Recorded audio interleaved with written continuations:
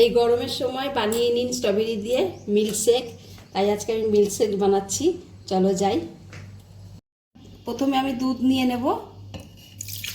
আগে জাল দিয়ে রেখেছিলাম, জাল দিয়ে ঠান্ডা করে রেখেছিলাম, সেই ঠান্ডা দুধটা দিয়ে দিলাম। ঠান্ডা দুধের মধ্যে এবার দিয়ে দেবো আমি স্ট্রবেরি।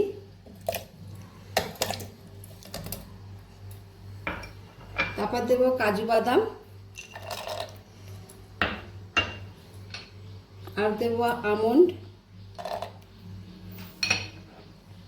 আর অল্প পরিমাণে চিনি দিয়ে দেবো।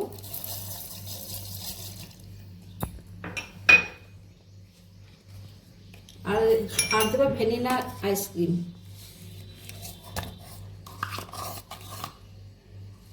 দিয়ে ভালো করে মিক্সড করে নেবো মিক্সার গ্রাইন্ডারে।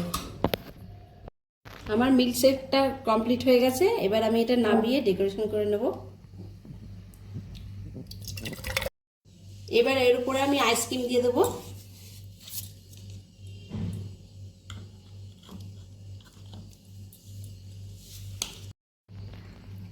আমার স্ট্রবেরি মিল্কশেকটা কমপ্লিট হয়ে গেছে। কার কীরকম লাগলো আমাকে কমেন্ট বক্সে জানিও।